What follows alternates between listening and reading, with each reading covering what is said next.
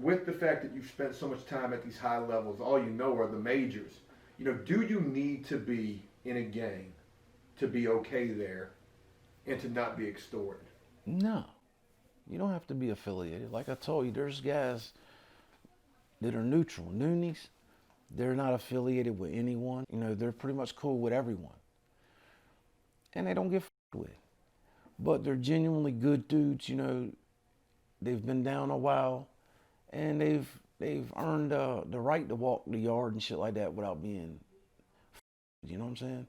Or yeah, try to extort someone that's been down 20 years or what. You don't do shit like that. See, the guy that's been down a long time, like I said, if he's a good guy, solid cat, he ain't in there for no shit, nothing wild. I mean, you got to respect that man. You're gonna respect him. He's earned that right, man. You know what I'm saying? If you're in the cell with someone, and I mean, you know as well as I know, I'm sure it's like that at the low levels. The top bunk and the bottom bunk, that's like a status thing. You know what I'm saying? But to me, I would rather be on the top. You know what I'm saying? I'd rather be on the top bunk because, like at Sussex, if you're on the bottom bunk, you can't sit up on your bed. You know what I'm saying? You can't sit up. The top bunk is literally so close to the bottom one that you have to lay down. You can't sit up on it. So if you want to sit up and write letters or sit up and watch TV or sit up and eat, you can't do that unless you're on the top. So I like the top. But if you go into a cell with someone, it doesn't matter if they're already on the bottom. You know what I'm saying? If they're on the bottom and you've been down a lot longer, that guy's supposed to ask you, man, do you want the bottom bunk? Elder. You know what I'm saying? Your elders. You know what I'm saying? You're supposed to respect your elders. So like even with me, if an older man comes in, I don't care if he had been down longer than me or not, if he's affiliated or not.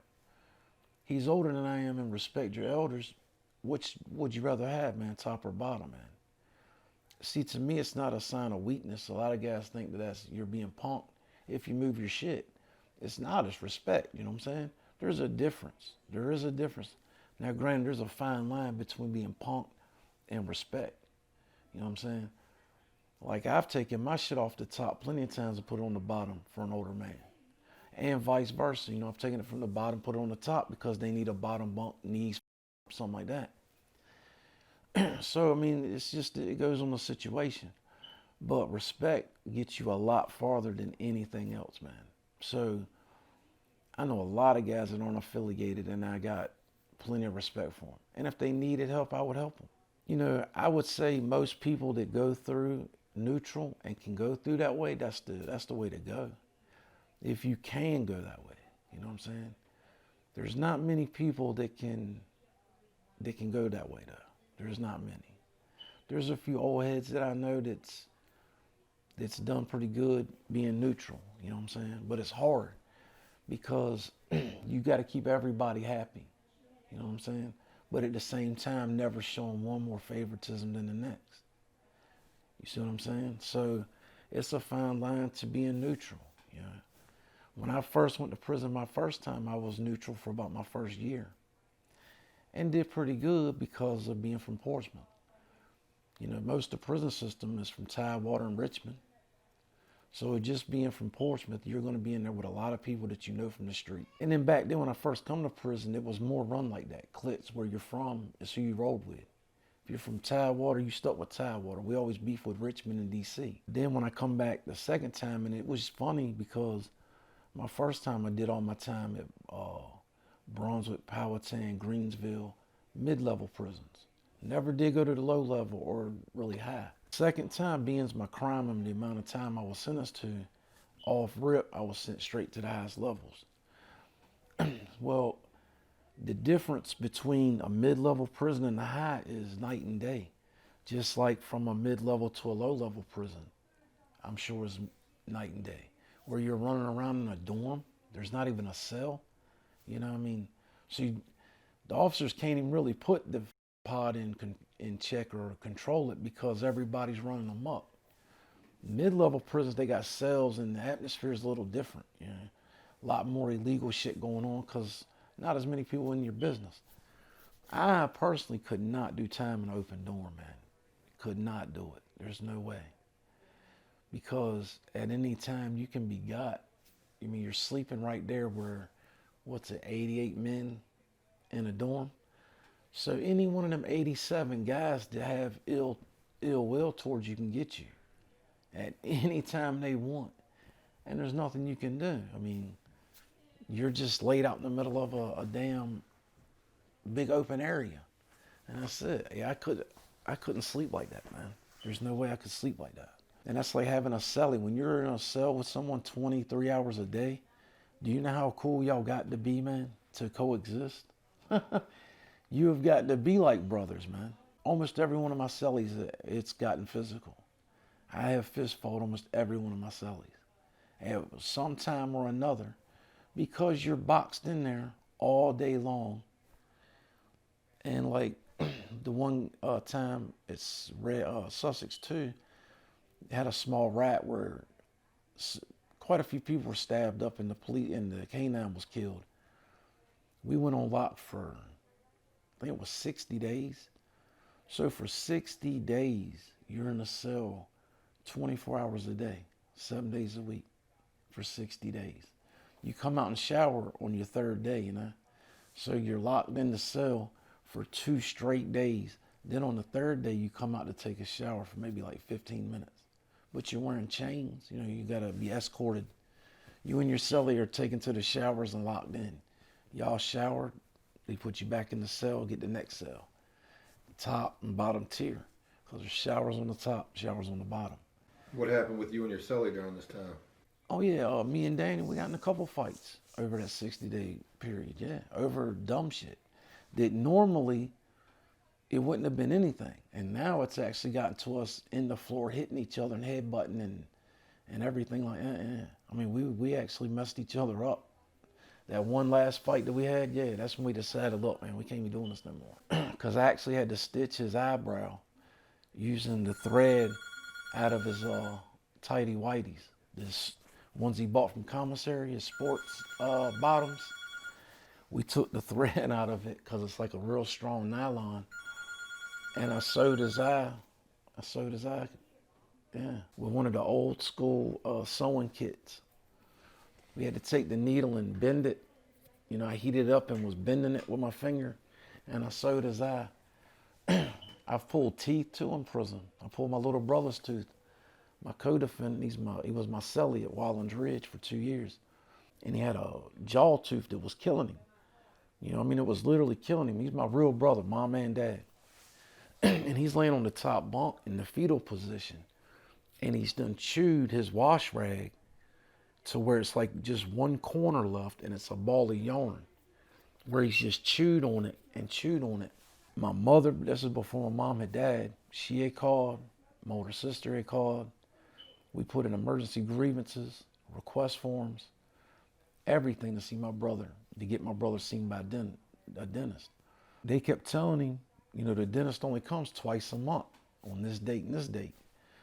And my brother's telling me, well, then you got to take me outside, man. I am up. Look at my shit. His shit was all swollen. And my little brother, he's a little sadistic, man. He doesn't, if he's hurting, he doesn't show it. So being that he was that bad, I knew it was bad. So I ended up taking the string. I told my little brother, I said, listen, man, I'll pull it. If you want me to pull it, I'll get that tooth out of your head. And he sat up and said, don't me, man. If you can do it, do it. If you can't, don't with me. But don't tell me you can, you can't. I said, I can get it out of your head, man. If you want it out, I'll get it. And he said, do it. So I take the string. It's a nylon. It's not really thread. It's heavier than that. It's what they use to sew the mats together. Well, I took the nylon thread out of the end and I put a slip knot in it. And I put it up around his tooth. I took a Maxim magazine and I rolled it up to like a stick. And I took the end of that string that was hanging out of his mouth and I rolled it around this stick that I had made so I have a handle. And I had him sit down and it was his bottom tooth. I had him sit on my bunk and I grabbed him by the chin and I started pulling on that handle of mine and I would wiggle side to side and you could hear it crunching, popping. making all kinds of crazy noises. And then all of a sudden it just made a sound and out it come. And it was a big ass molar. And it had a sack on it that looked like a slug. It had like a slug hanging on the back of the roots. That was the infection. Yeah, that was the infection. It was a pocket of infection. It was a sack. And I put it on a napkin and I handed it to my little brother. And he didn't pass out from this? nah, he didn't pass out. Blood, and he was spitting up blood in the toilet. He screaming? Nah, he just, like I said, he's mildly retarded. He's not right in the head. He pops that sack. And I'm telling you, man, both of us were in that cell about to vomit, man. It smelled like 10 dead bodies, man. It was horrible. But anyway, like 2 days later, they come to my cell. Me and, like I said, we're cellies, and they tell my brother to get dressed. He's going to medical. So my brother says, for what? And he said, well, you're going to the dentist, not medical. I'm sorry, dental. My brother's like, I don't need to see the dentist anymore. They're like, are you sure? And he's like, yeah. And they're like, you're refusing. He's like, yeah. They said, okay, sign here. So he signed refusal paper. They leave. About 30 minutes later, they come back to the door, different officer, and said, look, man, get dressed. You're going to the dentist.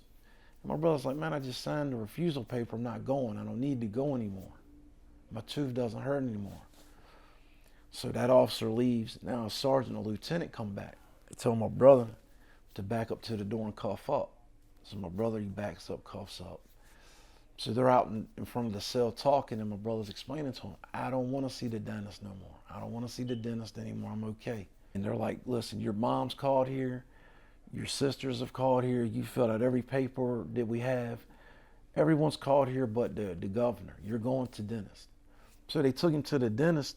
About 45 minutes, an hour later, they come and lock me up. They come to the cell with trash bags, pop the tray slot, throw the trash bags, and tell me to pack all my shit.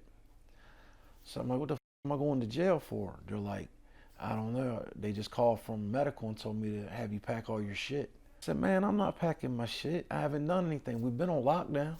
So what have I done to go to jail?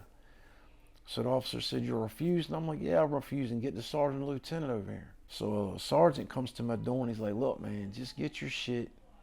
We'll walk you on over to SEG. Don't cause no trouble. And I said, you tell me why and I'll pack my shit. He said, did you pull your brother's tooth out of his head? I said, I did. Yeah, I pulled his tooth out. They said, that's why you're going to jail. Pack your shit. So I'm going to jail for pulling my brother's tooth out. And they said, yeah. And I said, what sense does that make? That's my real little brother. I've been sitting here on lockdown with him for a week, listening to him cry about his tooth, and y'all ain't done shit. And the whole time I'm knowing I can. So it took me a week, man. I think I did pretty good. I let him hurt for a week before I did it, because y'all didn't. So they locked me up. Well, the shift changed. The next day, Lieutenant Anderson come on, and he come and got me out of SEG. What'd they charge you with? Something on inmate. Mutilation or something? Something, yeah, it was something like that. It was a 100 series charge. You know what I'm saying? The most serious charge you could get. Well, it's a 100, which is like a felony versus misdemeanor. 200's a misdemeanor, 100's a felony in prison, So it was like a 119 or some shit, something to an inmate. Lieutenant Anderson lets me out of SEG, and he's like, look, man, I can't do nothing about the charge, but I got you out on pre-hearing detention, you know what I'm saying? I got you out of the pre-hearing detention, which means I don't have to sit in jail waiting to go in front of the kangaroo court. But I did go to court from my cell. They put me back in the cell with my brother. And when I went to the hearing, they found me guilty and charged me $12. But you didn't have to go back to the... No, I didn't go back to SEG, but that was when they started that. That's about what they charge you to go to the dentist, ain't it? Nah, it's actually cheaper than $12. Yeah, I paid more than it cost my brother to go, than it would have cost him to go to the dentist. Because it's, I think, $2 for script. And it's like $6. I think it's $4 for the visit and $2 if they give you any medication. So if they give you ibuprofen or whatever, it's like $2. But it's $4 for the visit. So yeah, I paid $12, twice as much as the dentist would have cost him. And when I went to the hearing, I pled guilty, but like I said, I'll do it again. I would do it if it wasn't my brother. That dude was hurting, man. He was in bad shape. And y'all have known it for a week. He hasn't been able to eat hardly anything. For that week, man, he ate. And like I said, my mom took care of us, man. And, we did all right in prison. and I was running a parlay at the time. I had probably 12 boxes of oatmeal, brown sugar oatmeal. My brother eat all his and all of mine, cause it's the only thing he can really eat. You know, with the tooth hurting, he would make it real watery, let it cool down, and was mainly drinking it. You know, basically just like drinking it. Yeah, he wasn't even eating it with a spoon. That's what he lived off of, man, cause he couldn't chew shit. Yeah, he wasn't able to actually eat anything. But after you pulled that tooth, it was all right. I'm talking about immediately after I pulled his tooth, man, his eyes, like the anguish in his face was gone, man. The wrinkles in his forehead and shit, all that was gone. You know what I mean? Seriously, the minute I pulled it out and I was showing it to him, you could watch like all his face just start to relax, man. Everything was cool, except for it was bleeding bad. But that's because he had a hole in the back of his gums the size of my finger, you know, and probably a half-inch deep. But it only bled for, you know, maybe an hour. You know, he kept biting down on shit and it stopped bleeding. And then it wasn't long after that he was eating. Yeah, he was making a swollen shit later that night. Yeah.